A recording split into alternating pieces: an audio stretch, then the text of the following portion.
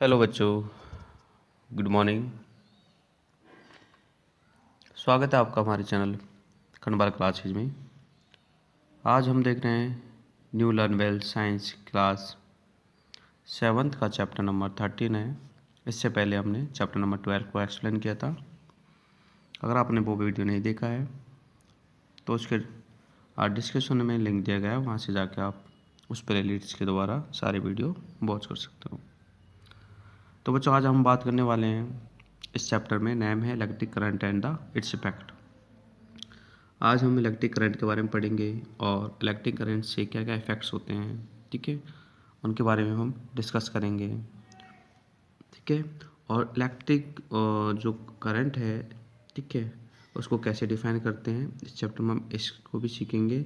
और conductors, insulators and resistance क्या होते हैं, इस चैप्टर में हम इन सब की आज बात करेंगे, ठीक है। और जो इलेक्ट्रिक करंट के इफ़ेक्ट्स हैं, जैसे हीटिंग इफ़ेक्ट्स हैं या फिर इलेक्ट्रिक करंट के, तो उनके हम बारे में बात करेंगे, मैग्नेटिक इफेक्ट वगैरह, ठीक है। तो बने रहिए इस वीडियो में अंत तक। चैप्टर को स्टार्ट करते हैं। आपके लिए जो ये वीडियो है बहुत इम्पोर्टेंट होने वाला है। अगर आप हमारे चैनल पर नए हो तो प्लीज़ चैनल को सब्सक्राइब कीजिए एंड बेल आइकन के बटन को प्रेस कीजिए, जिससे कि हर वीडियो का नोटिफिकेशन आपको मिल जाए। चलो स्टार्ट करते हैं वीडियो को।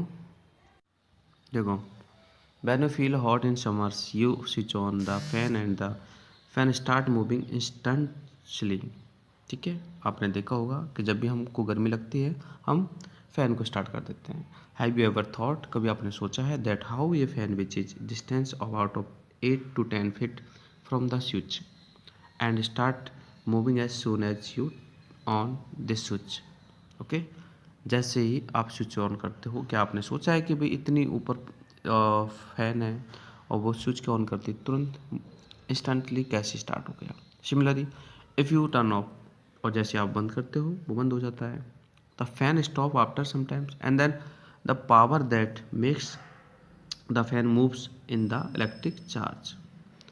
तो यानी कि उस पावर को हम इलेक्ट्रिक चार्ज कहते हैं, जिससे कि फ़ैन मूव करता है, स्टार्ट होता है, चलता है, ठीक है।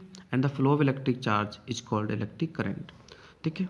देखो, बहुत ही अच्छे से हमने इसको यहाँ पर समझ रहे हैं कि इलेक्ट्रिक करंट को हम एक बहुत ही सिंपल टर्म्स में हम ऐसे डिफाइन कर सकते हैं कि the flow of charge, the power that is move the fan that is called electric charge and the flow of charge, flow of electric charge is called electric current, ठीक है। यानी कि इलेक्ट्रिक चार्ज जब flow होता है उसे ही हम electric current कहते हैं। And the path through which is moves is called electric circuit. और इलेक्ट्रिक करंट जिस पाथ से या फिर जिस पथ से मूव करता है उसे हम इलेक्ट्रिक सर्किट कहते हैं, ठीक है। इलेक्ट्रिक करंट की जो ऐसा यूनिट्स होती है वो एम्पियर होती है, यानी कि इलेक्ट्रिक करंट को हम एम्पियर में मेजर करते हैं, ठीक है। ये आपके लिए इम्पोर्टेंट है, ध्यान रखना। और सर्किट क्या है? सर्किट होता है कि किसी भी स्विच जो एक पाथ होता है उससे स्टार्ट होके और आपके जो भी अप्लायंसेज होते हैं, इलेक्ट्रिक अप्लायंसेज, ठीक है, उस तक का जो एक कंप्लीट पाथ होता है जिसमें कि चार्ज फ्लो होता है, इसको हम क्या बोलते हैं? सर्किट बोलते हैं। Electric current flow only in if there in a source. देखो, ये कह रहा है कि इलेक्ट्रिक करंट फ्लो होता है कब? एक कंडीशंस होती है जब सोर्स कंडक्टर होते हैं। यानी कि कंडक्टर क्या है? जो चार्ज को फ्लो करते हैं। ऐसे ऑब्जेक्ट जिनमें चार्ज फ्लो होता है वो सभी कंडक्टर्स होते हैं, और जिनमें चार्ज फ्लो नहीं होता है वो सब क्या होते हैं? इंसुलेटर होते हैं, ठीक है।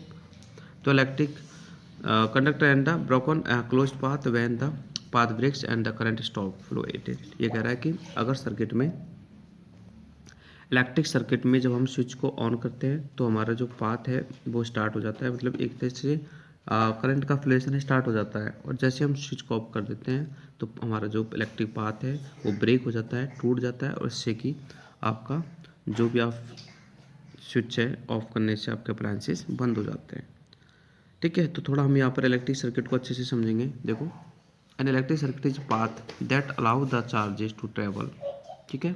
इसमें क्या होता है? चार्ज ट्रेवल करता है and the charge flow from the negative terminal to the positive. ये हमें समझना है कि जो इलेक्ट्रिक सर्किट होता है उसमें चार्ज जो होता है हमेशा नेगेटिव से पॉजिटिव की तरफ ही फ्लो होता है।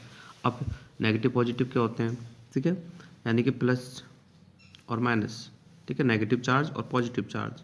चार्ज दो टाइप के होते हैं, ठीक है। आपने नोटिस किया होगा कि आप सेल वगैरह में दो तरह के टर्मिनल होते हैं, हमारे मोबाइल की बैटरी में दो तरह के टर्मिनल होते हैं, एक पॉजिटिव टर्मिनल और एक नेगेटिव टर्मिनल। पॉजिटिव और नेगेटिव चार्ज होते हैं, ठीक है।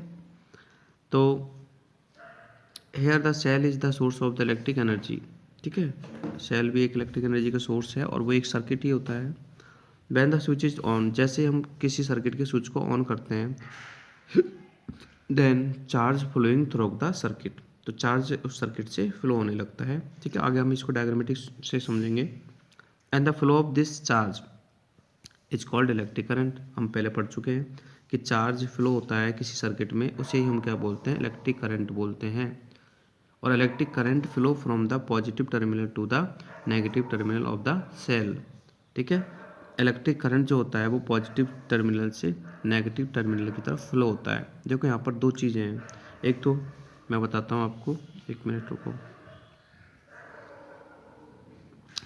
कि जब इलेक्ट्रिक चार्ज की बात आती है, ठीक है, इलेक्ट्रिक चार्ज की बात आती है कि आपसे पूछे कोई इलेक्ट्रिक चार्ज कैसे फ्लो होता है, तो इलेक्ट्रिक चार्ज जो होता है नेगेटिव टू पॉजिटिव होता है। लेकिन अगर इलेक्ट्रिक करंट की बात आए, ठीक है, तो वो पॉजिटिव से नेगेटिव होता है। ये दोनों चीज़ें बहुत इंपॉर्टेंट है, ध्यान रखना, ठीक है। चार्ज हमेशा नेगेटिव टू पॉजिटिव फ्लो होता है, बट जो इलेक्ट्रिक करंट है वो उसका अपोजिट फ्लो हो जाता है, पॉजिटिव टू नेगेटिव की तरफ फ्लो होता है, ठीक है। देखो इस डायग्राम में आपको समझाया गया है कि ये हमारा सर्किट होता है, ठीक है। ये आप जो देख रहे हो पूरा, ठीक है, ये इसको ही हम सर्किट बोलते हैं। ये सर्किट होता है आपका जिसमें एक अप्लायंसेज यानी बल्ब लगा हुआ है। अब पहली बात तो हम बात कर लेते हैं सर्किट में कौन कौन से पार्ट होते हैं। तो देखो ये हमारा सर्किट जो होता है स्विच है, यानी कि आप जो ऑन करते हो वो स्विच है, ठीक है। और स्विच के आगे हमने लगा रखा है सेल, इधर, ठीक है, सेल लगा रखा है ना। और ये छोटा वाला जो हिस्सा है इधर, एक मिनट, ये वाला हिस्सा आपका नेगेटिव है और ये वाला हिस्सा आपका पॉजिटिव है। जैसे आगे चलते हैं, हम एक अप्लायंसेज लगा रखी है सोर्स, ठीक है, जो कि जिसमें कि आपका इलेक्ट्रिक करंट फ्लो होता है, ठीक है। तो ये कुछ पार्ट होते हैं बस। अब इसका हम वो देख लेते हैं एक बार, कि जैसे आप स्विच को ऑन करते हो, जैसे ही आप स्विच को यहाँ से ऑन करते हो, देखो ये बंद, मतलब ये टच हो रहा है, टच हो रहा है का मतलब है आपका स्विच ऑन है, ठीक है। अगर ये यहाँ पे टच नहीं होता तो ऑफ होता, ठीक है। तो जैसे आपने यहाँ पे ऑन बटन किया तो आपका चार्ज ऐसे फ्लो होने लग गया, ठीक है, ऐसे फ्लो हो रहा है देखो। और फिर आगे जाके ये आपके बल्ब में चला गया और बल्ब में जाके बल्ब में ग्लो होने लग गया, ठीक है। तो ये आपका सर्किट कंप्लीट हो गया। यानी कि आपके घरों में जब आप देखते हो कि बटन दबाते ही आपका पंखा चल रहा है, बटन दबाते ही आपका फ्रिज चल रहा है, जो भी टीवी चल रहा है, तो वो एक सर्किट चार्ज, मतलब एक सर्किट ही तो कंप्लीट होता है, ठीक है। अगर आप बटन ऑन करते हो तो दैट इज कॉल्ड, मतलब एक कंप्लीटेड सर्किट है। और अगर आप बटन को स्विच को ऑफ कर देते हो तो फिर वो आपका क्लोज सर्किट हो जाता है, ठीक है। तो यहाँ पर सर्किट दो टाइप के हैं। अब जैसे देखो कंपोनेंट ऑफ सर्किट के बारे में पढ़ेंगे हम, एंड द सिंबल के बारे में पढ़ेंगे। इससे पहले हम एक चीज़ और देख लेते हैं। देखो कि यहाँ पर आपने नोटिस किया होगा कि इस वाले डायग्राम में क्या हो रहा है, इस टाइप वाले डायग्राम में देखो आपका जो बल्ब है ग्लो हो रहा है। ऐसा क्यों है, क्योंकि आपका स्विच ऑन है और यहाँ पर आपका बल्ब ग्लो नहीं हो रहा है क्योंकि आपका स्विच ऑफ है, ठीक है। चलो इस पढ़ लेते हैं। देखो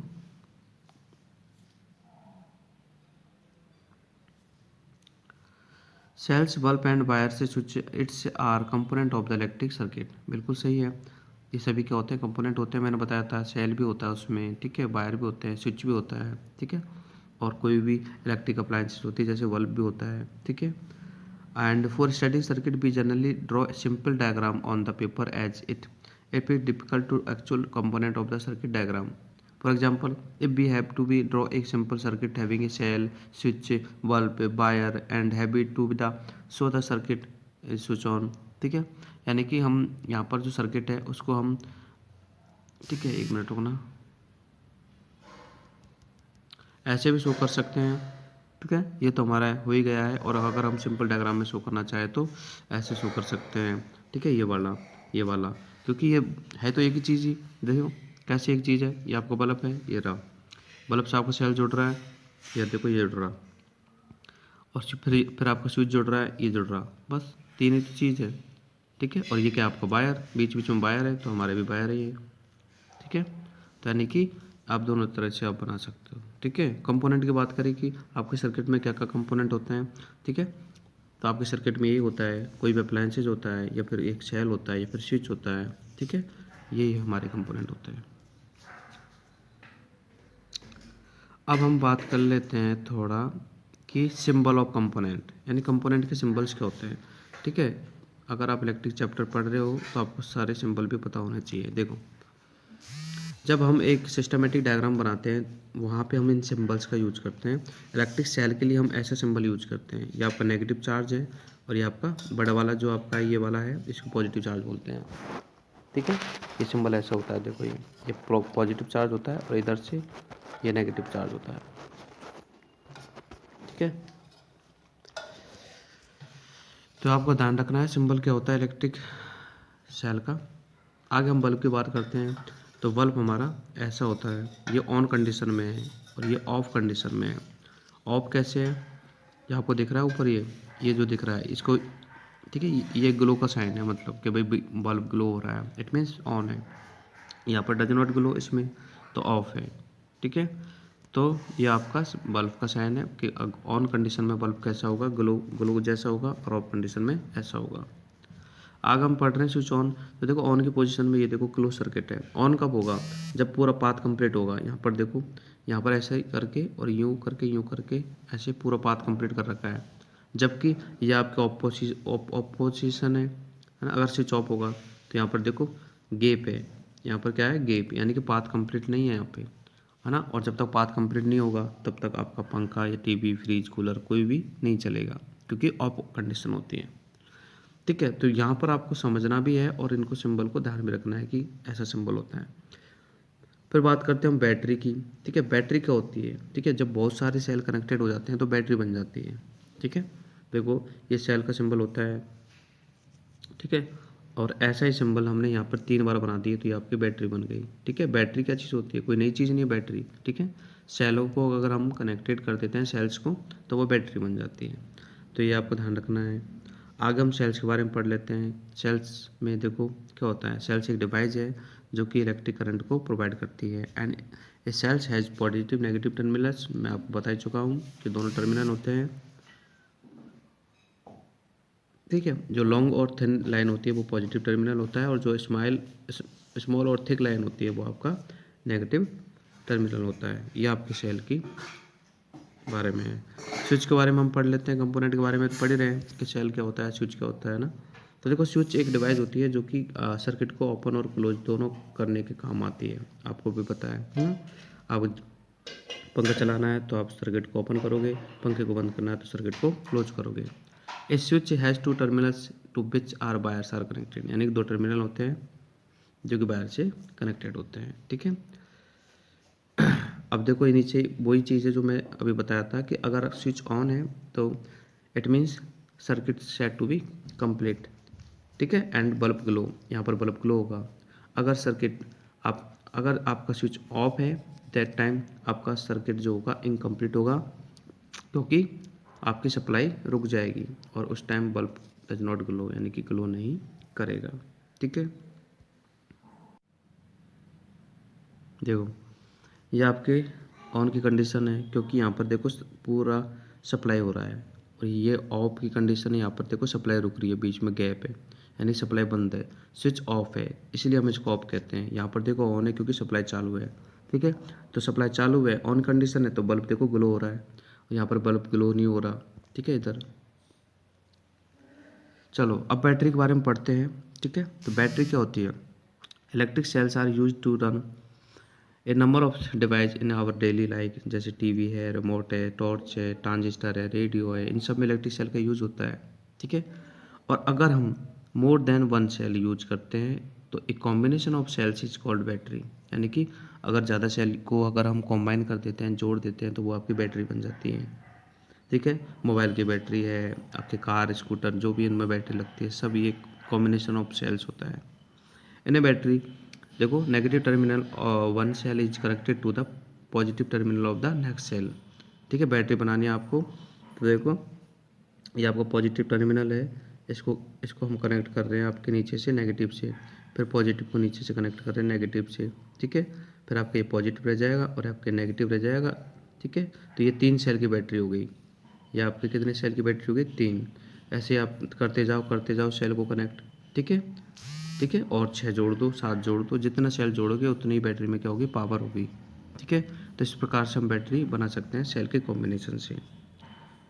आगे देखो यहाँ पर 1 सेल से बना रहा है। देखो यहाँ पर क्या समझ रहे हैं हम? कंप्लीट और इनकम्प्लीट सर्किट को इस एक्टिविटी में हम समझ रहे हैं। जैसे देखो आपका ये वाला वायर इस नेगेटिव टर्मिनल से टच है और ये वाला वायर इस पॉजिटिव टर्मिनल से टच है, तो आपका बल्ब ग्लो कर रहा है। यहाँ पर ये वाला वायर तो आपका टच है, लेकिन ये वाला वायर देखो टच नहीं है, यहाँ तक ही आ रहा है। तो टच नहीं है तो आपका बल्ब पे डज नॉट ग्लो, और ये आपका इनकम्प्लीट सर्किट होता है, और जबकि ये आपका कंप्लीट सर्किट होता है। ठीक है, आगे हम पढ़ रहे हैं कंडक्टर, इंसुलेटर और रेसिस्टेंस के बारे में। देखो कंडक्टर क्या होते हैं, मैंने आपको स्टार्टिंग में बताया था कि ऐसे ऑब्जेक्ट या ऐसे सब्सटेंस जिनमें कि इलेक्ट्रिक सप्लाई होती है वो आपके कंडक्टर्स होते हैं। जैसे आपके लोहे के वायर हैं, ठीक है, मेटल्स सारे कंडक्टर ही होते हैं। और जिनमें इलेक्ट्रिक सप्लाई नहीं होती है वो आपके इंसुलेटर होते हैं। जैसे वुड है, प्लास्टिक है, ये सब इंसुलेटर है। ठीक है, पढ़ लेते हैं। देखो some substance that allow the electric current pass through them, यानी कि कुछ सब्सटेंस होते हैं जो कि इलेक्ट्रिक करंट को उनमें से पास करने के लिए अलाउ करते हैं। That is called the conductors, for example metals. ठीक है, and that is not allowed to pass the current through them, that is called insulator. जैसे वुड है, प्लास्टिक है, डिस्टिल वाटर है। ठीक है, डिस्टिल वाटर आपका इंसुलेटर होता है। और electric switch are made of plastic. देखो इलेक्ट्रिक स्विच जो होते हैं प्लास्टिक और बेकेलाइट के बनाए जाते हैं। ठीक है, बेकेलाइट भी प्लास्टिक ही होता है, और ये आपका थर्मोसेटिंग प्लास्टिक का टाइप है बेकेलाइट ना। और प्लास्टिक क्या होता है? एक गुड इंसुलेटर होता है। Plastic is a good insulator. ठीक है, electric substance that tendency to oppose the flow of the current passing through it, the property of material by the virtue of which is oppose. देखो अब resistance की बात कर लेते हैं, बहुत ही सिंपल है।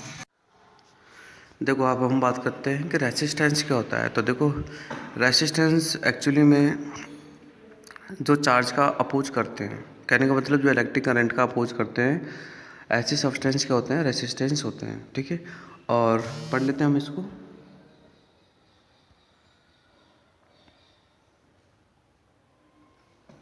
देखो every substance has a tendency to the oppose the flow of the current. हर सब्सटेंस में एक टेंडेंसी होती है कि वो क्या करता है? अपोज करता है करंट का। ठीक है, the property of material by the virtue of the which oppose the flow of current, this is called resistance. ठीक है, तो सिंपल सा डिफाइन है रेसिस्टेंस का, the property in which the property of material by which oppose the flow of current. ठीक है, oppose the flow of current यानी कि करंट के फ्लो को अपोज करने की जो प्रॉपर्टी होती है मटेरियल्स की, यह आपका रेसिस्टेंस होती है। ठीक है, और हर मटेरियल्स में यानी कि हर कंडक्टर जो कि करंट को फ्लो करता है उसमें ये टेंडेंसी होती है। ठीक है, ऐसा कोई कंडक्टर नहीं है जिसमें कि टेंडेंसी नहीं होती है। ठीक है, सिल्वर यानी कि चांदी जो होती है इज़ द बेस्ट कंडक्टर, उसको हम बेस्ट कंडक्टर कहते हैं क्योंकि उसमें रेसिस्टेंस बिल्कुल बहुत कम होता है। ठीक है, तो यानी कि कंडक्टर और रेसिस्टेंस एक दूसरे का अपोजिट होते हैं, क्योंकि कंडक्टर कौन होते हैं? जो करंट को फ्लो करे, और रेसिस्टेंस कौन होते हैं? जो करंट को अपोज करे यानी कि रोके। ठीक है, हर कंडक्टर्स में अपोज करने की प्रॉपर्टी होती है, बट किसी में माइनर होती है, किसी में मैक्सिमम होती है। ठीक है, अब इंसुलेटर को इंसुलेटर क्यों कहते हैं? क्योंकि इंसुलेटर जो होता है करंट को 100% अपोज करता है। ठीक है, करंट का 100% अपोज करता है उसके फ्लोएशन का, इसलिए उसको क्या बोलते हैं? हम इंसुलेटर बोलते हैं। वरना इंसुलेटर भी आपका क्या होता है? कंडक्टर ही होता अगर वो करंट को फ्लो करता तो, ठीक है। तो अभी हमने पढ़ा था। अब रेसिस्टेंस का यूनिट क्या होता है, ठीक है, बात करते हैं। तो रेसिस्टेंस की जो यूनिट होती है वो ओम होती है, OHM, ओम, ठीक है। और ओम को हम ये सिंबल है इससे डिनोट करते हैं, ठीक है, या आपका ओम का सिंबल है इससे डिनोट करते हैं, ठीक है। तो यूनिट भी आपको मोस्टली ध्यान रखनी है। जैसे इलेक्ट्रिक करंट की यूनिट क्या होती है, एम्पियर होती है, जिसको हम ए से डिनोट करते हैं। ऐसे ही रेसिस्टेंस की यूनिट जो होती है ओम होती है, OHM, ठीक है, जिसको हम ऐसे सिंबल से डिनोट करते हैं। ये आपकी यूनिट है, ये इनको आपको ध्यान रखनी है। आगे टाइम टू आंसर क्वेश्चन है। जैसे a combination is of cells is called, cells के कॉम्बिनेशन को क्या कहते हैं? तो सिंपल सा आंसर है इसका बैटरी, ठीक है, बैटरी कहते हैं। और नेक्स्ट है the SI unit of electric current, electric current की एसआई यूनिट अभी मैंने बताई है आपकी एम्पियर है। And the unit of resistance अभी बताइए मैंने आपकी ओम है, OHM। आगे है a is a device use to open और क्लोज, तो इसमें आएगा आपका स्विच। ई वाला है are substance which are allow the pass current through them, तो आपके कंडक्टर्स होते हैं जो कि करंट को पास करते हैं, ठीक है। आगे हम बात करते हैं heating effect of the electric current. अब देखो इलेक्ट्रिक करंट क्या होता है, आपके कुछ इफेक्ट्स प्रोड्यूस करते हैं, जैसे हीटिंग इफेक्ट प्रोड्यूस करते हैं और मैग्नेटिक इफेक्ट प्रोड्यूस करते हैं। इन इफेक्ट्स के कारण ही तो आपके दुनिया भर के अप्लायंसेज होते हैं जो कि इलेक्ट्रिक करंट पर डिपेंडेड होते हैं। अगर ये इफेक्ट्स ना हो तो काफ़ी सारी अप्लायंसेज वर्क नहीं करती हैं, ठीक है। तो हम इनको पढ़ लेते हैं एक्चुअली में इफेक्ट किस हिसाब से होता है, ठीक है। तो देखो आपने नोटिस किया होगा कि जब बल्ब ग्लो होता है आपके घरों में, तो ग्लो होता है तो वो कुछ हीट प्रोड्यूस करता है, यानी गर्म भी होता है। ऐसा तो है नहीं कि बल्ब ग्लो हो रहा है गर्म नहीं होता, होता है, ठीक है। आपकी कोई मशीन चल रही है, मान लीजिए आपके आटे की चक्की चल रही है या फिर कोई भी चीज़ चल रही है, तो वो गर्म होती है, ठीक है। तो इस गर्म होने को ही हम हीट बोलते हैं। यानी कि अगर किसी भी कंडक्टर में करंट का लगातार क्या होता है, फ्लो होता है, देन वो क्या होती है, हीट प्रोड्यूस करती है। This is called heating effect, okay, पढ़ लो। देखो when electric circuit is pass through the high resistance wire. हाँ, अब देखो जिसका रेसिस्टेंस हाई होता है उसमें हीटिंग इफेक्ट जो होता है वो ज़्यादा प्रोड्यूस होता है, ठीक है। और जिसका रेसिस्टेंस अच्छा होता है उसमें हीटिंग इफेक्ट कम प्रोड्यूस होता है, ठीक है। जैसे अब हायर रेजिस्टेंस क्या होता है, नाइक्रोम होता है हाई रेजिस्टेंस, और copper. The electric energy is converted into the heat energy, तो उस टाइम क्या होता है, इलेक्ट्रिक एनर्जी हीट एनर्जी में कन्वर्ट हो जाती है। जैसे आपका बल्ब ग्लो हो रहा है, तो बल्ब ग्लो हो रहा है तो आपकी जो इलेक्ट्रिकल एनर्जी है वो कुछ मात्रा में हीट एनर्जी में कन्वर्ट हो जाती है, जिससे कि आपका हीट प्रोड्यूस होता है, ठीक है। देखो यहाँ पर कुछ एक एक्टिविटी बता रखी है। इस एक्टिविटी का मीन्स ये है कि देखो जैसे आप इसमें सेल से इस बल्ब में सप्लाई करते हो इलेक्ट्रिक करंट, तो आपका बल्ब ग्लो होता है, ठीक है, लेकिन बल्ब गर्म भी होता है। इसका मीन्स है कि इलेक्ट्रिक करंट को क्या कर रहा है, हीट में ट्रांसफ़र कर रहा है, कुछ हिस्से को हीट में ट्रांसफ़र कर रहा है। आगे एक्टिविटी थर्ड है, ठीक है।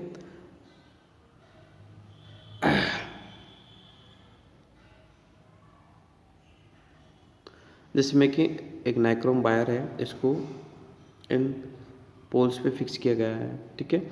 नाइक्रोम वायर को जैसे हम यहाँ से ये स्विच ऑन करते हैं, अभी तो खैर क्लोज कंडीशन में है, पर जैसे स्विच ऑन करते हैं तो नाइक्रोम वायर है वो आपका हाई रेसिस्टेंस होता है। नाइक्रोम वायर का हाई रेसिस्टेंस होता है, ठीक है। जैसे आपके नाइक्रोम को यूज करते हैं हम हीटर वगैरह में, ठीक है, तो वो इजीली क्या होते हैं, हीटिंग इफेक्ट को ज़्यादा शो करते हैं। क्यों? क्योंकि वो अपोज करते हैं किसका, करंट का, ठीक है। और जो गुड रेसिस्टेंस होते हैं वो आपके करंट का बिल्कुल अपोज करते हैं अच्छी क्वालिटी में, और करंट का जब अपोज करते हैं तभी क्या होता है, आपका इलेक्ट्रिक जो क्या बोलते हैं हीटिंग इफेक्ट है वो प्रोड्यूस होता है। आगे देखो the amount of heat produce in a wire, यानी किसी वायर में जो हीट का अमाउंट प्रोड्यूस होता है due to the heating effect के कारण of electric current depends on the resistance of the wire, वो उसके वायर के रेसिस्टेंस पर डिपेंड करता है कि वायर का रेसिस्टेंस कितना है। मैंने आपको जब रेसिस्टेंस पढ़ाया था अभी थोड़ी देर पहले, तो मैंने बताया था कि हर जो मटेरियल है, मतलब एक तरह से हर कंडक्टर में कुछ रेसिस्टेंस होता है। हर कंडक्टर जो होता है कुछ ना कुछ थोड़ा बहुत हीट वो इलेक्ट्रिक करंट का अपोज करता है, ठीक है, और उस अपोज को ही रेसिस्टेंस बोलते हैं, और रेसिस्टेंस के कारण ही हीटिंग इफेक्ट प्रोड्यूस होता है, ठीक है। ओके, जैसे हीटर जो होता है, हीटर में हीटिंग इफेक्ट के कारण ही तो हम उससे हीट ले सकते हैं और मतलब कुछ खाना वाना पका सकते हैं, ठीक है, क्योंकि हीटर में नाइक्रोम का वायर होता है जो कि बहुत ज़्यादा रेसिस्टेंस शो करता है, यानी कि करंट का अपोज करता है, ठीक है। इसलिए जितना ज़्यादा रेसिस्टेंस होगा उतना ही ज़्यादा हीटिंग इफेक्ट प्रोड्यूस होगा, ये ध्यान रखना, ठीक है। जैसे आपने नोटिस किया होगा जो मार्केट में वो 100 वाट के बल्ब आते थे, आजकल तो खैर एलईडी वगैरह चल रहा है तो इसमें इतना रेसिस्टेंस होता नहीं है, बट पहले 100 वाट के जो बल्ब चलते थे 10 रुपये के जो आते हैं, तो उनमें क्या होता है, टंगस्टन का फिलामेंट होता है अंदर, और टंगस्टन क्या होता है, एक हाई रेसिस्टिव मटेरियल होता है, ठीक है, टंगस्टन। तो यानी कि उस टंगस्टन के फिलामेंट के कारण उस वहाँ पे हीटिंग इफेक्ट ज़्यादा प्रोड्यूस होता है, ठीक है। आपने नोटिस किया होगा कि बल्ब बहुत ज़्यादा गर्म होता है जब उसमें करंट कंटिन्यूसली पास होता है, ठीक है। तो higher resistance of the material are greater heat produce, ठीक है, ये आपको क्लियर हो गया होगा कि जितना रेसिस्टेंस हायर होगा, ठीक है, उतनी हीट प्रोड्यूस होगी, ठीक है। तो resistance of wire depends on the nature of the material, तो यहाँ पे आपको समझ आ गया होगा कि मटेरियल के नेचर पर डिपेंड करता है रेसिस्टेंस का, रेसिस्टेंस, और उसकी लेंथ पे भी डिपेंड करता है और उसकी थिकनेस पर भी डिपेंड करता है कि वायर कितना मोटा है। अगर ज़्यादा मोटा वायर है तो रेसिस्टेंस ज़्यादा होगा, जितना पतला वायर होगा रेसिस्टेंस उतना ही कम होगा, और अगर लेंथ ज़्यादा है तो रेसिस्टेंस ज़्यादा होगा, लेंथ कम है तो रेसिस्टेंस कम होगा, ठीक है। तो आपसे पूछे है कोई कि भाई आपका जो रेसिस्टेंस है वो किन किन पे डिपेंड करता है, तो आपको यही बताना है, वायर की लेंथ पे डिपेंड करता है, और वायर की थिकनेस पे डिपेंड करता है, और वायर के नेचर पे डिपेंड करता है कि वायर किसका है, कॉपर का है, सिल्वर का है, या फिर लोहे का है। अगर हम तीनों की बात करें, कॉपर, सिल्वर और लोहे की, ठीक है, इनमें लोहे का जो वायर है उसका, आयरन जो वायर है उसका रेसिस्टेंस हायर होता है, और सबसे कम होता है आपके सिल्वर का, ठीक है। Silver is the good conductor of heat and electricity because of silver have less resistance, okay, यानी कि ये अपोज कम करता है किसका, हीट का, इलेक्ट्रिक करंट का। अब हम बात कर लेते हैं applications of heating effect of the electric current. देखो, हीटिंग इफेक्ट मस्ट ज़रूरी है क्योंकि इससे बहुत सारे अप्लायंसेज होते हैं जो कि हमारे हीटिंग इफेक्ट पे वर्क करते हैं। एक और पढ़ेंगे हम आगे, मैग्नेटिक इफेक्ट। काफ़ी अप्लायंसेज होते हैं जो कि मैग्नेटिक इफेक्ट पे वर्क करते हैं, ठीक है। तो हीटिंग इफेक्ट पे जो वर्क करती है वो अप्लायंसेज है, जैसे इलेक्ट्रिक आयरन है, इलेक्ट्रिक रूम हीटर है, इमर्सन रॉड है, इलेक्ट्रिक टोस्टर है, ये सभी हीटिंग इफेक्ट पर वर्क करते हैं, ठीक है, ओके। क्योंकि इन सब का रेसिस्टेंस हायर होता है इसलिए ये हीटिंग इफेक्ट पर वर्क करते हैं। इनमें जो फिलामेंट होते हैं, इनमें जो एलिमेंट होते हैं वो हीटिंग एलिमेंट होते हैं, which is made of the nichrome, nichrome wire के बने होते हैं। और नाइक्रोम एक एलोज होता है जो कि निकल, क्रोमियम और आयरन से मिलकर बनाया जाता है, ठीक है। नाइक्रोम अपने आप में एक मेटल्स नहीं होता है, ठीक है, ये एलोज होता है। When electric current is passed through the electric appliances, the heating element becomes red and hot and produce heat। ये कह रहा है कि जैसे इलेक्ट्रिक करंट को पास करते हैं इन अप्लायंस में से, तो आपका जो वायर है बिल्कुल रेड कलर का हो जाता है और हीट प्रोड्यूस करता है, जैसा कि आपने नोटिस किया होगा, ठीक है। कहाँ पे, हीटर में नोटिस करते हो ना, जैसे हीटर का वायर लगाते हो हीटर बिल्कुल लाल हो जाता है, रेड कलर का हो जाता है, क्यों? क्योंकि हीटर में जो वायर लगता है नाइक्रोम का लगता है, नाइक्रोम का रेसिस्टेंस हाई होता है, इट मीन्स हीटिंग इफेक्ट ज़्यादा प्रोड्यूस होता है, ठीक है। आगे the electric bulb which is, ये मैंने बता ही दिया आपको, टंगस्टन का बना होता है इलेक्ट्रिक बल्ब, ठीक है। इलेक्ट्रिक बल्ब में जो फिलामेंट होता है टंगस्टन का बना होता है, और टंगस्टन जो मटेरियल होता है उसका रेसिस्टेंस बहुत हाई होता है, इसलिए इलेक्ट्रिक बल्ब जो होता है वो भी आपको ज़्यादा हीट को प्रोड्यूस करेगा, और ठीक है, बस। अब आगे नीचे पढ़ रहे हैं, electric bulb not only produce light, सिर्फ लाइट ही प्रोड्यूस नहीं करता but also give out heat, यानी हीट भी प्रोड्यूस करता है। अब जो मान लीजिए कि कोई इलेक्ट्रिक सर्किट से हीट प्रोड्यूस हो रहा है, इलेक्ट्रिक अप्लायंसेस से हीट प्रोड्यूस हो रहा है, इट मीन्स वहाँ पे इलेक्ट्रिसिटी का लॉसेज हो रहा है, लीड्स टू बी बैड चीज ऑफ इलेक्ट्रिसिटी, यानी इलेक्ट्रिसिटी का लॉसेज हो रहा है। सपोज करो आपने कुछ लाइट दिया, कुछ करंट फ्लो किया, उस करंट का कुछ पार्ट तो आपके इलेक्ट्रिक इफेक्ट वो हीटिंग इफेक्ट में चला जाएगा, ठीक है। तो यानी कि वो जो हीटिंग इफेक्ट में जा रहा है वो पार्ट एक तरह से इलेक्ट्रिक करंट का लॉस ही तो है, ठीक है। ओके, तो यह आपका हीटिंग इफेक्ट हो गया। अब जैसे CFL के बारे में बात कर लेते हैं कि CFL prevent wastage of electricity. बिल्कुल सही है, क्योंकि CFL जो होती है आपकी मार्केट्स में अवेलेबल होती हैं, आजकल LED आ रही है। इनमें क्या होता है, ये बहुत ही कम वॉट की होती हैं। इट मीन्स ये आपके हीटिंग इफेक्ट को प्रोड्यूस नहीं करती हैं और आपकी एनर्जी यानी कि लाइट को सेव करती हैं। इसलिए हम अपने घरों में CFLs का यूज करते हैं, ठीक है। बल्ब का यूज नहीं करते हैं, क्योंकि बल्ब में हीटिंग इफेक्ट ज़्यादा होता है, यानी कि वो हमारी लाइट को क्या करती है, मिसयूज करती है, एक तरह से लाइट को वेस्टेज करती है। तो देखो, the wastage of the electric can be reduce fluorescent tube and the compact fluorescent tube CFLs। CFL का जो फुल फॉर्म होता है वो कॉम्पैक्ट फ्लोरेसेंट लैंप्स होता है, इसलिए हम इसको CFLs बोलते हैं। Instead of the electric bulb, यानी कि जो पहले के ज़माने में इलेक्ट्रिक बल्ब चलते थे, आज भी चलते हैं, उनकी जगह हमारी CFLs और, ठीक है, LED बल्ब्स वगैरह ने ले लिया है, बिकॉज ऑफ ये बेटर होते हैं। They do not work on principle of the heating, यानी कि हीटिंग के प्रिंसिपल पर वर्क नहीं करते हैं, जबकि बल्ब हीटिंग के प्रिंसिपल पर वर्क करता है, वो हीटिंग इफेक्ट को ज़्यादा प्रोड्यूस करता है, ठीक है। Sepals can be fixed in ordinary bulb holder, उनमें हम फिक्स कर सकते हैं सेपल को, that are use for the electric bulbs and the running cost of the sepals and fluorescent tube light in much less. ये कह रहा है they consume less electricity and the longer last longer, यानी कि ये बहुत ही कम electricity को consume करते हैं और एक बेस्ट एक तरह से हमें लाइट देते हैं, ठीक है। क्योंकि इनके पास आपने नोटिस किया होगा CFLs कभी हीट प्रोड्यूस नहीं करती हैं। क्यों? क्योंकि हीटिंग इफेक्ट पे वर्क नहीं करती है, ठीक है। इनमें जो सिर्फ लाइट को क्या करती है, रिड्यूस करती है, लाइट का एक तरह से मिसयूज बिल्कुल भी नहीं करती हैं, ठीक है। आगे देखो, before buying an electric appliance look the ISI mark standard as this marks ensure that the appliance is safe for the use and the wastage of energy is minimum, ठीक है। अगर हम कोई भी इलेक्ट्रिक अप्लायंसेस को purchase कर रहे हैं तो हमें ये ISI मार्क जरूर देखना चाहिए, ठीक है। ISI मार्क उन्हीं अप्लायंसेस पे होता है जो अप्लायंसेज एक तरह से इलेक्ट्रिक एनर्जी को सेव करती है, यानी कि वेस्ट नहीं करती है, ठीक है। जो अप्लायंसेस इलेक्ट्रिक एनर्जी को वेस्ट करती है उस पर ISI मार्क नहीं होता है। आगे है शॉर्ट सर्किट और ओवरलोडिंग, ठीक है।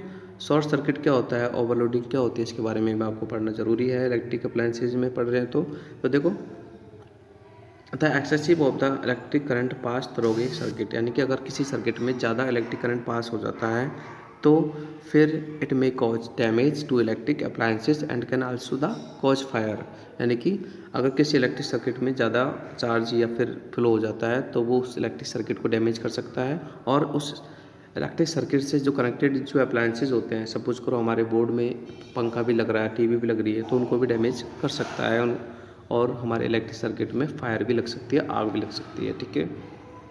तो this is called short circuit, this is called overloading, okay. And short circuit क्या होता है, देखो, excessive flow of current occurs in 2 case. अब बात करते हैं कि भाई किसी सर्किट में एक्सेसिव करंट ज़्यादा क्यों हो जाता है, तो वो 2 केस में होता है। पहला है शॉर्ट सर्किट और दूसरा है ओवरलोडिंग। शॉर्ट सर्किट क्या होता है उसको हम पढ़ लेते हैं। तो देखो, सिंपल सा है, the wires in the various electric circuit consist of 3 wires. हमारे इलेक्ट्रिक सर्किट में 3 वायर होते हैं। एक तो लाइव वायर होता है जिसमें कि आपका करंट फ्लो होता है, एक न्यूट्रल वायर होता है और एक अर्थ वायर होता है, ठीक है। अगर इनमें कुछ रीजन वेरिएबल, देखो, sometime the wire live wire and neutral wire touch each other. अगर मान लीजिए लाइव वायर जिसमें करंट फ्लो होता है, न्यूट्रल वायर में करंट फ्लो नहीं होता है, ये एक दूसरे से टच हो जाते हैं, दैट टाइम आपका शॉर्ट सर्किट हो जाता है, यानी कि आपके शॉर्ट सर्किट हो जाता है, मतलब एक तरह से आग लग जाती है, किसमें, वायर्स में, ठीक है। जब, ठीक है, कंडीशन एक ही है, कब, जब लाइव वायर जो होगा न्यूट्रल वायर से टच होता है तब भी जाके शॉर्ट सर्किट होता है। और लाइव वायर क्या होता है, जिसमें करंट फ्लो होती है, ठीक है। आप वो वो नहीं होता टेस्टर, इलेक्ट्रिक टेस्टर होता है, उससे हम चेक करते हैं कि कौन सा लाइव वायर है, कौन सा आपका न्यूट्रल वायर है, ठीक है। आगे बात करते हैं ओवरलोडिंग की। तो ओवरलोडिंग क्या होती है? An extremely large amount of current is drawn when too many electric appliances are connected to a single socket. देखो, अगर हम एक ही सॉकेट में बहुत सारे अप्लायंसेज को लगा देते हैं, जैसे हमने देखा होगा कि आपका एक सॉकेट है, उसमें आपका फ़ैन भी लग रहा है, उसमें आपका फ्रिज भी लग रहा है, उसी में आपका प्रेस भी लगा दिया आपने, तब जाके आपका ओवरलोडिंग हो जाता है एक ही पॉइंट पे, यानी कि एक ही सॉकेट पे आपका क्या हो जाता है, चार्ज का ओवरलोडिंग हो जाता है। इस ओवरलोडिंग के कारण आपका जो है, जो बोर्ड है या आपका जो इलेक्ट्रिक सर्किट है, ठीक है, एक तरह से क्या होता है, वो जल जाता है। तो इसे हम ओवरलोडिंग कहते हैं। आगे हम बात कर लेते हैं इलेक्ट्रिक फ्यूज के बारे में कि इलेक्ट्रिक फ्यूज एक्चुअली में होता क्या है और ये हमारे लिए कैसे बेनिफिशियली होता है। ठीक है, तो देखो, इलेक्ट्रिक जो फ्यूज होता है एक तरह से सेफ्टी डिवाइस होती है हमारे लिए। ठीक है, जो एक बोर्ड में सेफ्टी डिवाइस के तौर पर हम इसको यूज करते हैं, और which works on the principle of the heating effect of the current. यानी कि ये जो काम करता है इलेक्ट्रिक फ्यूज, वो हीटिंग इफेक्ट पर काम करता है। कैसे करता है मैं बताता हूँ आपको, कि जैसे ही आपके बोर्ड में या फिर आपके सर्किट में करंट बढ़ता है, यानी कि करंट अगर बढ़ता है उस टाइम पे, ठीक है, ये जो इलेक्ट्रिक फ्यूज है वो मेल्ट हो जाता है, यानी कि आपके सर्किट को क्लोज कर देता है। ठीक है, यानी कि सर्किट को क्लोज कर देता है, और सर्किट को क्लोज कर देगा तो सर्किट में कोई नुकसान नहीं होगा, सर्किट में जो अप्लायंसेस कनेक्टेड है उनको भी कोई नुकसान नहीं होगा। इसलिए हम इलेक्ट्रिक फ्यूज का यूज करते हैं। दोबारा पढ़ लो, देखो, it breaks the circuit if there is excessive flow of the current. अगर ज़्यादा करंट फ्लो होता है तो सर्किट को ब्रेक कर देता है। This prevent a possible electric fire, और ये इलेक्ट्रिक फायर से प्रिवेंट कर देता है, and prevent damage of the electric appliances used. ठीक है, वही है जो मैंने बताया अभी। ठीक है, okay. A fuse consist of a wire. अब देखो, फ्यूज में क्या होता है, एक थिन वायर होता है जिसका मेल्टिंग पॉइंट एक तरह से लो होता है। देखो ये रहा, लो मेल्टिंग पॉइंट होता है। लो मेल्टिंग पॉइंट मतलब क्या है, मान लीजिए आपने फ्यूज हमेशा जो होता है आपके आपके सर्किट के सबसे स्टार्टिंग में लगता है फ्यूज। आपका जो सर्किट होगा उसमें सबसे स्टार्टिंग में फ्यूज, सबसे पहले जो है, हम सर्किट में जैसे ही कोई सप्लाई करेंगे तो पहले फ्यूज में करेंगे, फिर आगे जाके अप्लायंसेज में होती है। तो जैसे ओवर हीटिंग होती है, ये सॉरी ओवरलोडिंग होती है चार्ज की, तो वो सर्किट वो पहले फ्यूज पे होती है। तो फ्यूज क्या कर देता है, फ्यूज के अंदर एक वायर होता है यहाँ पे, जो क्या हो जाता है, मेल्ट हो जाता है, यानी पिघल जाता है, और पिघल जाता है तो फिर आगे की जो सप्लाई है वो बंद हो जाती है, यानी कि आपका सर्किट सेफ हो जाता है, और सर्किट से जुड़े अप्लायंसेज भी सेफ हो जाते हैं। इसलिए फ्यूज, इलेक्ट्रिक फ्यूज ज़रूरी होता है। ठीक है, अब देखो आगे हम पढ़ रहे हैं एमसीबी। एमसीबी क्या है? ठीक है, पहले के ज़माने में हम फ्यूज का यूज करते थे, आजकल एमसीबीज होती हैं जिन्हें हम मिनीचर सर्किट ब्रेकर बोलते हैं। एमसीबी ठीक है, हर घरों में होती है एमसीबी। तो एमसीबी का फुल फॉर्म होता है मिनीचर सर्किट ब्रेकर। ठीक है, that are used in place of fuse, यानी फ्यूज के ही स्थान पर, यानी कि उसके पैलेस पर हम आजकल एमसीबी को यूज करते हैं। These are the switches that turn off the automatically when current in the circuit excessive and the safe limit. यानी कि पहले, आजकल जो हम एमसीबी यूज़ करते हैं वो अपने आप ही क्या हो जाती है, स्विच ऑफ हो जाता है जब करंट ज़्यादा आता है। ठीक है, ठीक है, यानी कि हमारे सर्किट को एक तरह से बचाने का काम ही एमसीबी करता है। फ्यूज की जगह एमसीबी यूज करते हैं आजकल हम। ठीक है, जैसे हमारे मान लीजिए सर्किट में चार्ज ओवरलोडिंग होता है, यानी कि चार्ज ज़्यादा बढ़ता है, यानी इलेक्ट्रिक करंट ज़्यादा बढ़ता है, तो ऑटोमेटिक हमारे यहाँ से स्विच जो होता है ये वाला, वो ऑफ हो जाता है। ठीक है, तो एमसीबीज भी हमारे एक तरह से फ्यूज की तरह ही कार्य करती है। ठीक है, अब हम बात कर लेते हैं कार्ट्रिज फ्यूज। ये आपका कार्ट्रिज फ्यूज है। ठीक है, ये भी यूज किया जाता है। ठीक है, उसका भी वही वर्क है। ठीक है, एक तरह से शॉर्ट सर्किट को कम करना और इलेक्ट्रिक अप्लायंसेस को प्रिवेंट करना फॉर द फायरिंग एंड जो भी है। ठीक है, तो आपके फ्यूज एमसीबीज के, देखो आपके क्वेश्चन आंसर है, what is the MCB. MCB, the MCB miniature circuit breaker होता है दैट्स प्रोटेक्ट द सर्किट। अब हमने बात कर ली है हीटिंग इफेक्ट को हमने अच्छे से पढ़ लिया है। अब हम आगे इलेक्ट्रिक करंट का जो एक और इफेक्ट होता है मैग्नेटिक इफेक्ट, इसको भी हम पढ़ लेते हैं। तो देखो,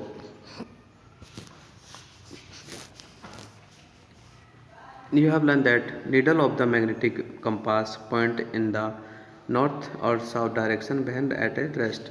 ये आपने पढ़ा है, बिल्कुल पढ़ा है कि जब मैग्नेटिक कंपास को हम एक तरह से रेस्ट पोजीशन में रखते हैं तो उसकी जो नीडल्स होती है वो हमेशा नॉर्थ और साउथ डायरेक्शन को ही क्या करती है, रिप्रेजेंट करती है। When a magnetic compass is keeped close to the current carrying wire, और जब मैग्नेटिक जो कंपास होता है, ठीक है, उसको हम अगर उस वायर के पास लाते हैं जिसमें करंट पहले से फ्लो हो रहा है, द नीडल्स गेट डिफ्लेक्टेड, तो नीडल्स डिफ्लेक्टेड होती है। ठीक है, ठीक है। आगे देखो, क्रिश्चियन ऑरेस्टेड एक साइंटिस्ट थे जिन्होंने इस डिफ्लेक्शन यानी कंपास का जो डिफ्लेक्शन हो रहा है, ठीक है, वायर के कारण, उसको सबसे पहले नोटिस किया था। ठीक है, और उसने बताया था कि हैंस क्रिश्चियन ऑरेस्टेड ने बताया था कि जो इलेक्ट्रिक करंट है वो हीटिंग इफेक्ट के अलावा मैग्नेटिक इफेक्ट को भी शो करता है। ठीक है, तो आपको ध्यान रखना है कि हीटिंग इफेक्ट को किसने डिस्कवर किया था? क्रिश्चियन ऑरेस्टेड एक साइंटिस्ट थे, उन्होंने डिस्कवर किया था। कैसे डिस्कवर किया था? जब एक इलेक्ट्रिक वायर था जिसमें से इलेक्ट्रिक करंट फ्लो हो रहा था। ठीक है, इसमें इलेक्ट्रिक करंट फ्लो हो रहा है और उन्होंने मैग्नेटिक कंपास, ये मैग्नेटिक कंपास होती है, इसको जैसे इसके पास लाए तो इसकी नीडल्स है वो डिफ्लेक्टेड हो गई, मतलब अपनी नॉर्थ और साउथ डायरेक्शन से कुछ और डायरेक्शन में डिफ्लेक्टेड हो जाती है। It means magnetic effect show होता है, क्योंकि आपका जो कंपास है वो क्या है? आपका कंपास जो होता है वो क्या है? कंपास आपका एक मैग्नेट है। ठीक है,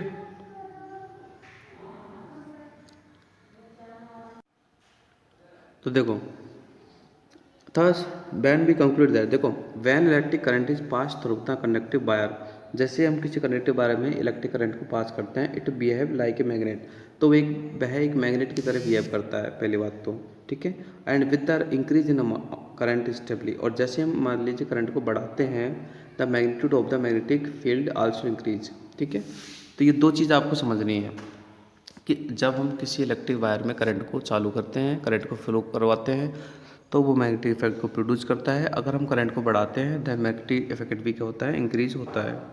ठीक है, तो इस प्रिंसिपल पर यानी मैग्नेटिक प्रिंसिपल पर, मैग्नेटिक इफेक्ट प्रिंसिपल जो है, इस पर हमारे कुछ अप्लायंसेज वर्क करते हैं। अब हम पढ़ते हैं एक चीज़ को कि इलेक्ट्रोमैग्नेट क्या होता है। इलेक्ट्रोमैग्नेट यानी कि इलेक्ट्रिक जनरेट करके इलेक्ट्रिक के द्वारा एक मैग्नेट तैयार होता है, दैट इज कॉल्ड इलेक्ट्रोमैग्नेट। देखो, electric current can also be used in produce magnet, यानी कि मैग्नेट को बनाने में इलेक्ट्रिक करंट का यूज किया जाता है। A magnet that is produce by the passing an electric current through a coil, यानी कि एक कोइल में से, ये जो कोइल है, देखो ये कोइल किसकी है? तार है, मतलब ये वायर है। ठीक है, इससे नेल्स पे हमने एक वायर को कोइल बना दी है, यानी कि लपेट दिया है, और उसको हम यहाँ से यानी कि इस बैटरी के द्वारा चार्ज फ्लो कर रहे हैं। ठीक है, ठीक है, तो यहाँ पर कोइल्स के बिटवीन, यानी कोइल्स का जो ये लाइंस हैं, इनके बिटवीन एक मैग्नेटिक करंट प्रोड्यूस होता है। देखो, bound around a soft iron wire, मतलब बाउंड कर रहे हैं, इसके चारों तरफ लपेट रहे हैं। ठीक है, इसको हम इलेक्ट्रोमैग्नेट कहते हैं, यानी कि इस टाइम जो आपका ये नेल्स है, ये एक तरह से मैग्नेट की तरह बिहेव करता है जब इसमें इलेक्ट्रिक करंट को पास किया जाता है। ठीक है, और अगर हम इलेक्ट्रिक करंट को बढ़ाते हैं तो और ज़्यादा हमें मैग्नेटिक इफेक्ट देखने को मिलता है। ठीक है, इस मैग्नेटिक इफेक्ट का ही हम यूज करते हैं, जैसे फ़ैन वगैरह आपके चलते हैं वो मैग्नेटिक इफेक्ट के कारण ही चलते हैं। आगे हम पढ़ेंगे इसके बारे में। तो देखो, magnetism of an electromagnet only last as long as current Passage.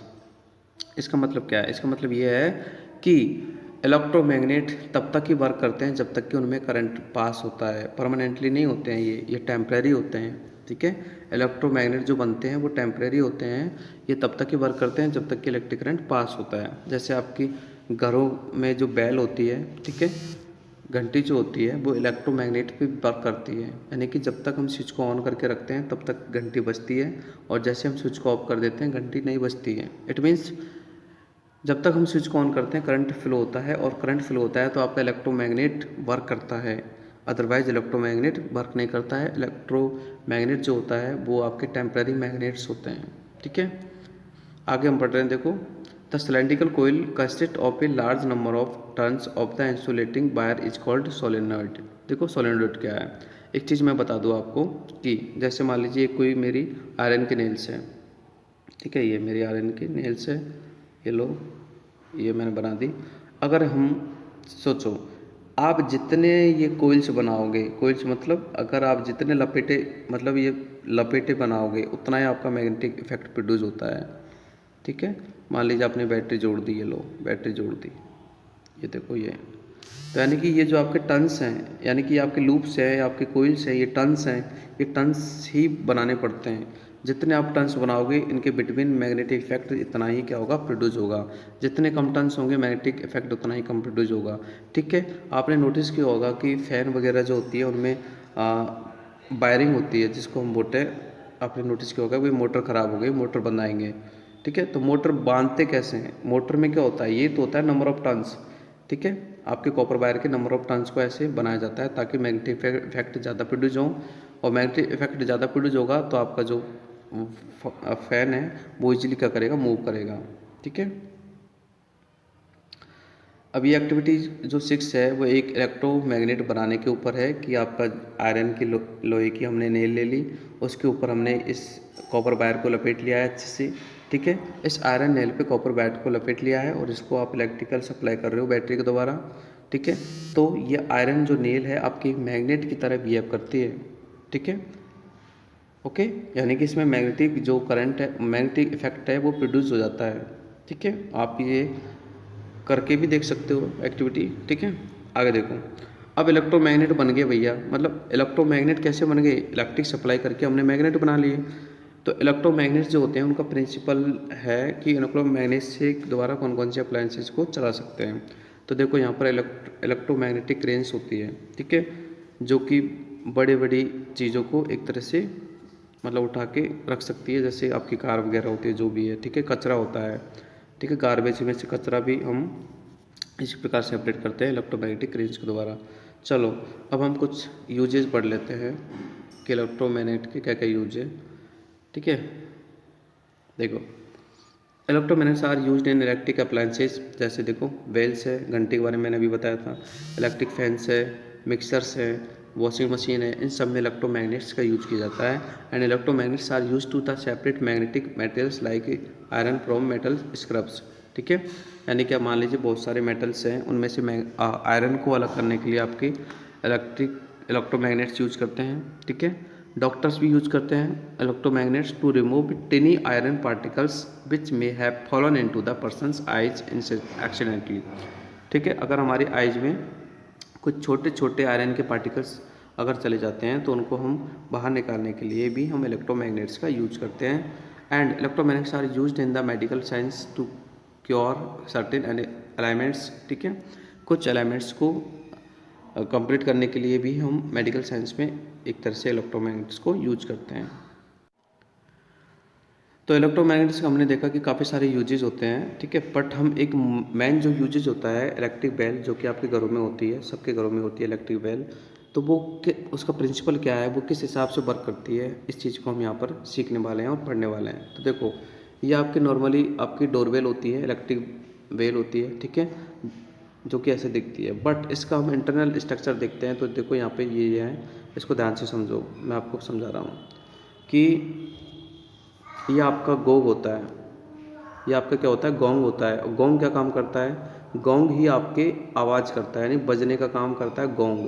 लेकिन ये बजता कैसे है वो मैं आपको बताता हूँ। देखो कि ये आपकी कोयल है, ये आपकी दिख रही है, ये इसको बोलते हैं कोयल। यहाँ पर आपके एक तरह से ये वायर जो जा रहा है ना, ये वाला वायर, ये इधर जाके यहाँ पर इसको टर्न किया गया है, ऐसे लपेटा गया है इस पर। ठीक है, लपेटा गया है और इधर से एक वायर है, ये सप्लाई है हमारी। तो जैसे हम यहाँ से करंट को, यानी कि इस इलेक्ट्रिक करंट को ऑन करते हैं, यानी कि हम स्विच को ऑन करते हैं, तो इस वायर में इलेक्ट्रिक करंट पास होता है, और पास होता है तो इसमें क्या होता है, यहाँ पर मैग्नेटिक इफेक्ट प्रोड्यूस होता है। और मैग्नेटिक इफेक्ट प्रोड्यूस होता है तो ये वाला जो हिस्सा है, इस मैग्नेटिक इफेक्ट के कारण ये वाला जो हिस्सा है, ये वाला, एक मिनट क्या हो रहा है, अरे यार एक मिनट रुको, ये वाला जो हिस्सा है ये इसके चिपकता है, और जैसे ही चिपकता है तो ये वाला जो हिस्सा है ब्लैक ब्लैक, ये आपकी गोंग को टन टन टन टन ऐसे करता है। ठीक है, तो कहने का मतलब ये इलेक्ट्रिक प्रिंसिपल पर वर्क करता है। देखो, अब हम पढ़ लेते हैं थोड़ा सा, फिर समझ लेंगे। An electric bell is one of the most common application of the electromagnet. Electromagnet की सबसे मोस्ट एक तरह से अप्लायंसेज है। It works on the principle of electromagnet, ठीक है, ये आपके इलेक्ट्रोमैग्नेट पर वर्क करती है। इलेक्ट्रोमैग्नेट, अब देखो इसमें क्या क्या होते हैं। एक इलेक्ट्रोमैग्नेट होता है, ये वाला आपका इलेक्ट्रोमैग्नेट है, क्योंकि यहाँ से तो आपका कोयल जुड़ रही है, ये कोयल ही तो इलेक्ट्रोमैग्नेट इफेक्ट को प्रोड्यूस करती है। एक आयरन स्ट्रिप होती है, ठीक है, ये आपके आयरन स्ट्रिप है, ये वाली, ये ब्लैक ब्लैक है ना, ये वाली। और एक हैमर होता है, ठीक है, ये आपका हैमर है, मतलब जो पीटता है, इसको पीटता है किसको, गोंग को। और ये गोंग होता है और एक स्विच होता है। ये आपके कुछ इसमें कंपोनेंट होते हैं, ठीक है। अब वर्किंग कैसे करता है तो वो हम देख लेते हैं। देखो एक मिनट रुको।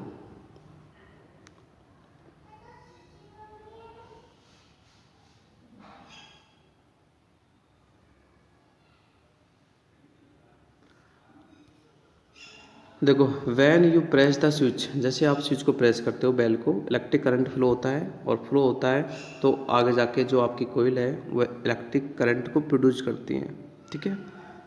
देखो, इलेक्ट्रिक करंट को प्रोड्यूस होती, अब पढ़ लेना, मैं एक बार आपको वैसे ही समझा देता हूँ, दोबारा देख लो।